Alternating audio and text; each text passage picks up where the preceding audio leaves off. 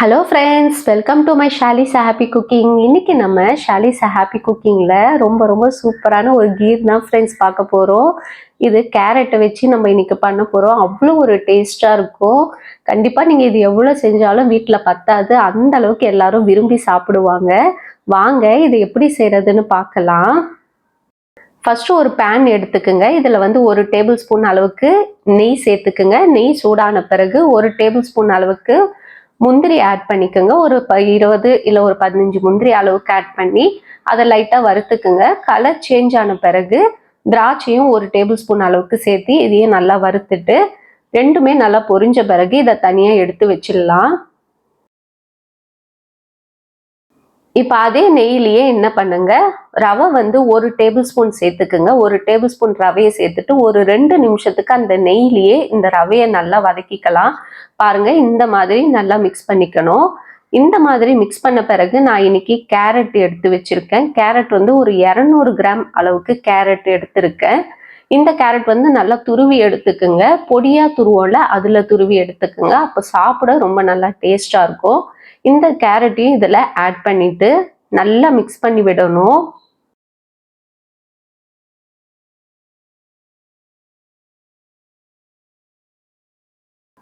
இது ஒரு 5லேருந்து 10 நிமிஷத்துக்கு நல்லா மிக்ஸ் பண்ணி விட்டுட்டே இருங்க.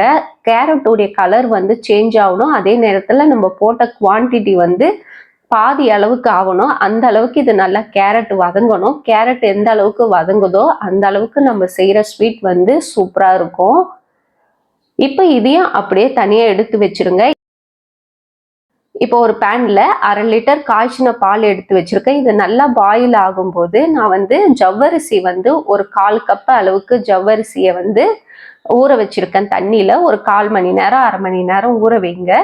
ஊற வச்சுட்டு இதை ஆட் பண்ணிக்கலாம். ஜவ்வரிசி இந்த பால்லையே தான் வேகணும். அப்பதான் அது டேஸ்ட் நல்லா இருக்கும்.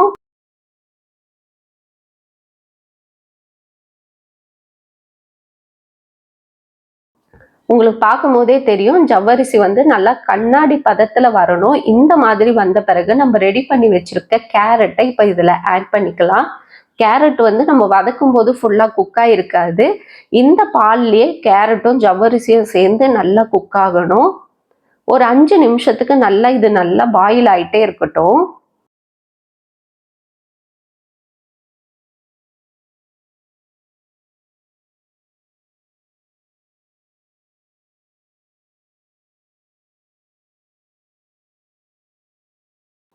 இப்போ இதில் ஏலக்காய் பொடி ஒரு 1/2 டீஸ்பூன் சேர்த்துக்குங்க. அது கூடவே பிஞ்ச் அளவுக்கு சால்ட் ஆட் பண்ணிக்கோங்க. இப்போ இது நல்லா மிக்ஸ் ஆகி கேரட் பார்த்தீங்கன்னா நல்லா சாஃப்டாக வெந்து வரணும். அது வரைக்கும் இதை நல்லா மீடியம் ஃப்ளேம்லையோ இல்லை லோ ஃப்ளேம்லையோ வச்சு மிக்ஸ் பண்ணிக்கிட்டே இருங்க. அப்படியே விட்டிங்கன்னா அடி பிடிக்கும். உங்களுக்கு கேரட் நல்லா வெந்து வந்துருச்சுன்னும் போது நீங்கள் கண்டன்ஸ் மில்க் ஒரு 50 கிராம் அளவுக்கு ஆட் பண்ணிக்கோங்க. சுகர் சேர்த்தும் செய்யலாம். சுகர் சேர்த்து செய்கிற மாதிரினா ஒரு 1/4 கப் அளவுக்கு சர்க்கரை சேர்த்துக்குங்க. ஆனால் கண்டன்ஸ் மில்க்ல செய்யும் போது இது டேஸ்ட் இன்னும் நல்லா இருக்கும். கண்டன்ஸ் மில்க் சேர்த்துட்டு ஒரு 5லேருந்து 10 நிமிஷம் நல்லா மிக்ஸ் பண்ணிக்கிட்டே இருங்க. உங்களுக்கு பார்க்கும்போதே தெரியும் இது நல்லா திக்காக வரணும். இந்த மாதிரி திக்னஸ்க்கு வந்த பிறகு நம்ம வறுத்து வச்ச முந்திரி திராட்சையை இதில் ஆட் பண்ணிக்கிட்டு மிக்ஸ் பண்ணி விட்டு சர்வ் பண்ண வேண்டியதான். இது நீங்கள் சூடாக சாப்பிட்றத விட ஃப்ரிட்ஜில் வச்சுட்டு ஒரு 1 மணி நேரம் 2 மணி நேரம் நல்லா கூல் பண்ணிவிட்டு அதுக்கப்புறமா நீங்கள் எடுத்து சாப்பிட்டு பாருங்க. அவ்வளோ ஒரு டேஸ்ட்டாக இருக்கும். வாயில் வச்ச உடனே சூப்பராக கரைஞ்சி உள்ளே போகும். அவ்வளோ நல்லாயிருக்கும். நீங்கள் கண்டிப்பாக இந்த வீடியோ ட்ரை பண்ணி பாருங்கள். உங்களுக்கு பிடிச்சிருந்தா மறக்காமல் லைக் பண்ணுங்கள், ஷேர் பண்ணுங்கள், சப்ஸ்கிரைப் பண்ணுங்கள் ஃப்ரெண்ட்ஸ். இன்னொரு வீடியோவில் உங்களை சந்திக்கிறேன். பாய் பாய் ஃப்ரெண்ட்ஸ்.